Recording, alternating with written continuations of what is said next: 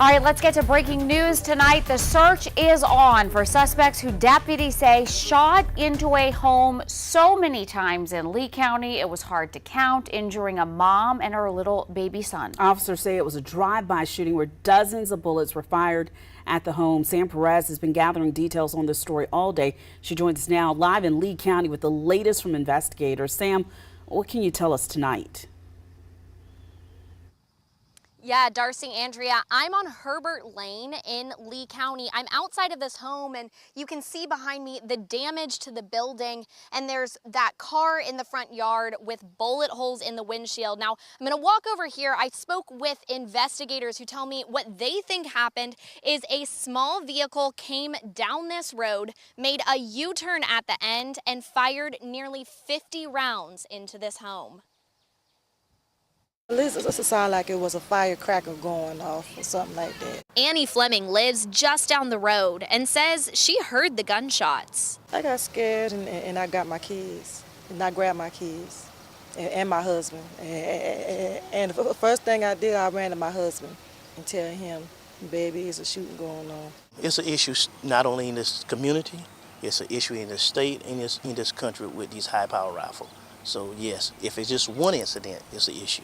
Lee County Sheriff Daniel Simon says 4 people were inside the home. A mother and her infant were shot and are now in the hospital. There were also 2 other children inside. We had a 16-year-old that's autistic and another 8-year-old that was in the house.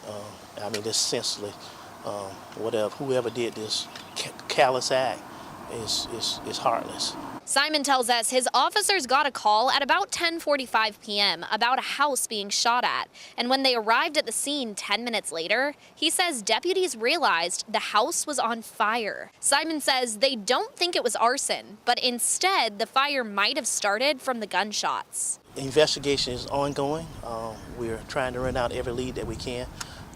We don't know whether it's actually targeted or rather someone actually mistakenly got the wrong house. I don't know yet. But Simon tells me 2 different guns were used, which he says likely means there are at least 2 different suspects. I mean, no one's safe if a house got shot into until we can get these people apprehended. Everybody's a suspect. Carol Brown has owned this mobile home park and other properties for about 20 years and says this incident caught him by surprise. That's normally a very quiet neighborhood, and I've had tenants, say that before to me, said it's real peaceful here, and it's just very out of character for the park to have something of that nature going on. Now I'm a little bit scared, but the only thing that I can put my trust in is the Lord. Let the good Lord above handle it. Right now, Sheriff Simon says his office is leading the investigation with help from the South Carolina Law Enforcement Division. Reporting live, Sam Perez, News 19 WLTX. Sam, thank you so much. Again, anyone with any information that can help law enforcement is urged to contact Crime Stoppers. You can dial 1-888-CRIME-SC and remain anonymous.